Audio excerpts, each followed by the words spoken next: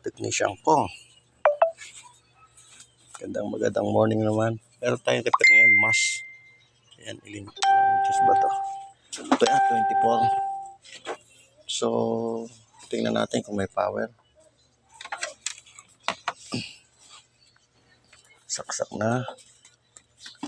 Naka-AC po tayo, AC. Ayan, AC. Tingnan natin yung AC kung may voltahe.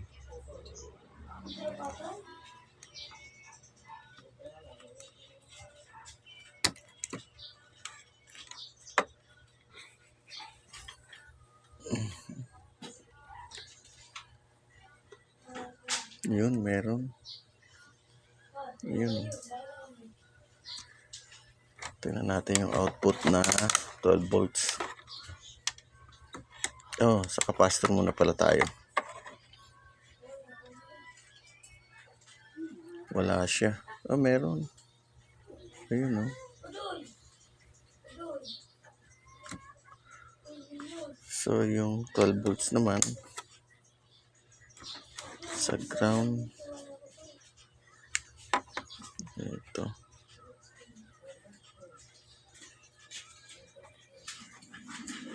Wala siya.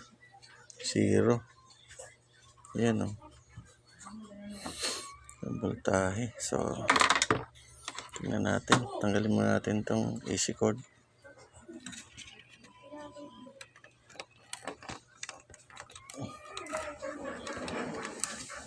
Ayan. Wala kasi yung tagahawak eh. Ay sus! What happened? Putok pala eh. Ay nako. Hanap tayo sa may wagang bag. Ito. Oh, parehas kaya. Parehas. Sana parehas. Try natin. Yan. Nagkakaiba lang sa kwan. Kasi yung isa, eto siya.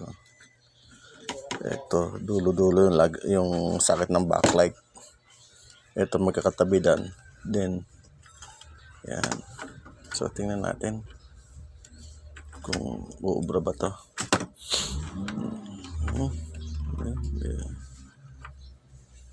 Uy, pumutok. Uy, may standby na siya. Tingnan nga natin. Walay. Yun. Okay na. Lumabas na si audio video. Ano ba pangalan? Walang mas. Okay. So, okay na siya mga ka-technician ko. Pinalitan ko lang power supply kasi sunog eh. Magre-repair pa tayo nito.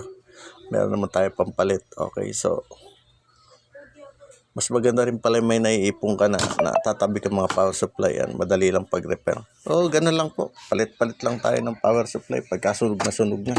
Tulad nito, sunog na. O yan o. Laki ng sunog o. Mga resistor. Mare-repair mo pa ba yan? Yan. Sige. Salamat po na hindi man lang tayo pinagpawisan.